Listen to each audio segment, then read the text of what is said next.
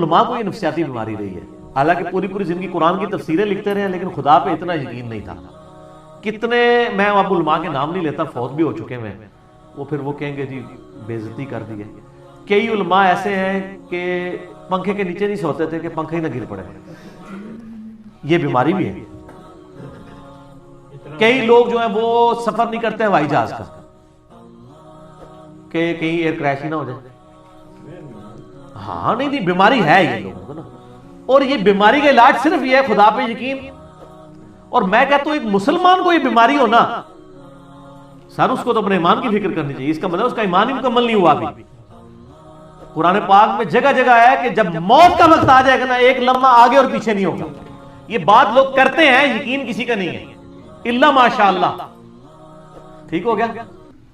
اور یہ یقین ویسے اسی وقت بندے پہ آتا ہے جب بندہ موت کے منہ سے نکلے. میں ایک دفعہ نکلا ہوں نا تو مجھ سے کو پوچھے تو میں کہتا ہوں جی دنیا پوری مل کے بھی ایک بندے کو نہیں مار سکتی اگر اللہ نے اس کی زندگی رکھی ہوئی ہے، اور پوری دنیا مل کے کسی بندے کو بچا نہیں سکتی اگر اللہ تعالیٰ نے اس کے لیے موت مقرر کر دی.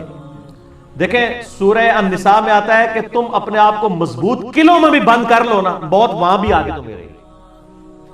اور سورہ آل عمران میں آتا ہے کہ کچھ منافقین نے کہا کہ ہمارے بھائی اس لیے مارے گئے غزوہ احد میں کہ یہ چلے گئے جنگ میں، دیکھو ہم واپس آئے تھے، ہم تو زندہ بچ گئے ہیں، کاش یہ ہماری بات مان کے اس وقت واپس آ جاتے تو یہ بھی تو نہ مرتے. تو اللہ تعالیٰ نے فرمایا کہ اگر ان کی موت لکھی ہوتی نا تو یہ اپنی مقتل گاہوں کی طرف کھینچے چلے آتے. ان کی موت لکھی نہیں ہوئی تھی. ٹھیک ہے. سورہ لقمان میں آتا ہے نا 5 علوم اللہ تعالیٰ نے فرمایا نا میرے ساتھ خاص ہے.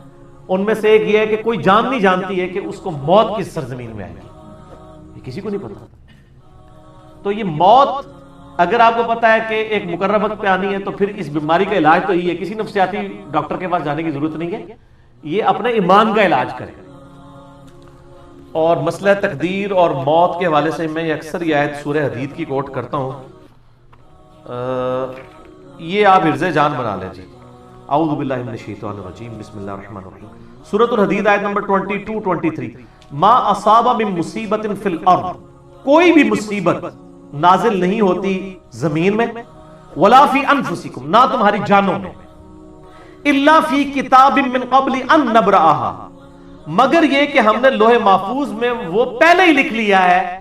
یعنی زمین پر جتنی تکلیفیں آتی ہیں، یعنی کوئی سونامی آتا ہے، سیلاب آتا ہے، طاعون کا مرض پھیلتا ہے، زلزلہ آتا ہے، اللہ تعالیٰ فرماتا ہے یہ ہم نے پہلے لوح محفوظ میں لکھا ہے کہ 8 اکتوبر 2005 کو پاکستان میں زلزلہ آئے گا اور اس میں 1 لاکھ بندہ مر جائے گا. یہ ہم نے پہلے لکھا ہوا ہے سر، آج کا نہیں، جب سے تقدیر لکھی ہوئی ہے.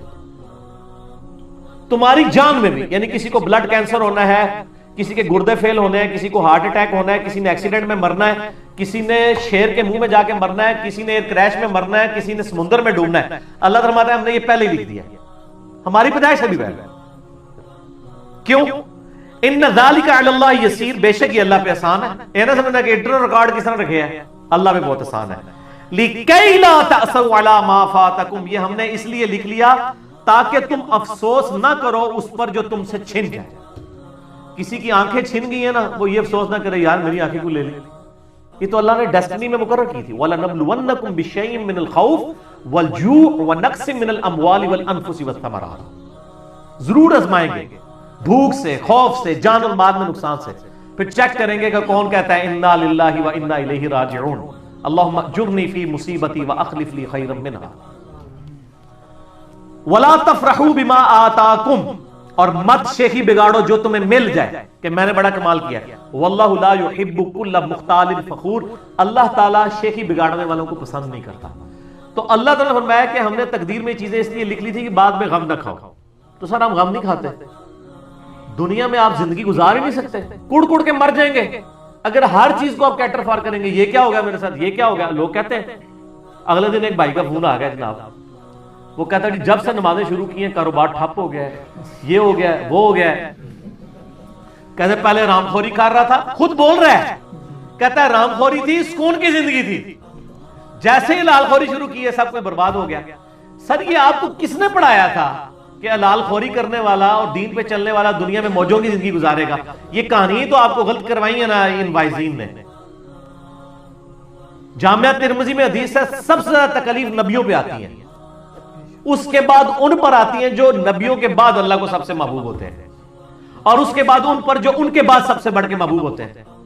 سر یہ آپ کو جو کہانیاں کراتے ہیں نا جی آپ اللہ کے راستے پر آ جائیں کوئی تکلیف نہیں آئے گی، نہ تکلیفیں تو آئیں گی، ہاں آپ کو حوصلہ مل جائے گا صبر کرنے کا۔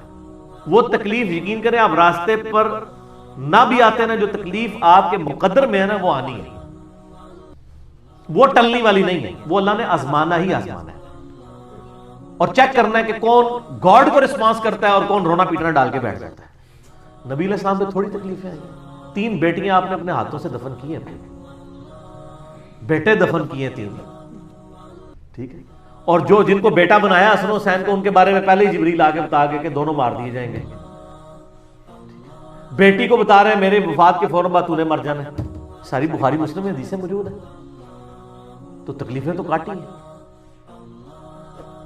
صحیح مسلم میں آتا ہے کہ طائف کے موقع پر اتنے پتھر لگے کہ خون مبارک سے نالین شریف بھی جو ہے وہ بھر گئے، ٹھیک ہے، اور مسلم کے الفاظ ہیں کہ اللہ تعالیٰ نے پہاڑوں کا فرشتہ بھیجا کہ یا رسول اللہ حکم دیں یہ طائف کے لوگوں کو مسل ہے اس کے اندر۔ آپ فرمایا کہ چلو یہ نہیں تو ان کی آنے والی نسلیں تو اسلام قبول کریں گی، اور پھر لوگوں نے دیکھا ہے طائف میں بھی اسلام پہنچا، بنو ثقیف تھے نا انہوں نے اسلام قبول کیا، ابو عبیدہ ثقفی صحابی ہیں، اور انہی کا بیٹا ہے مختار ثقفی جس نے قاتلین حسین سے بدلہ لیا، اسی بنو ثقیف میں۔ اگر حضور اسی وقت کہہ دیتے تو ختم ہو جاتے۔ Press the bell icon on the YouTube app and never miss another update.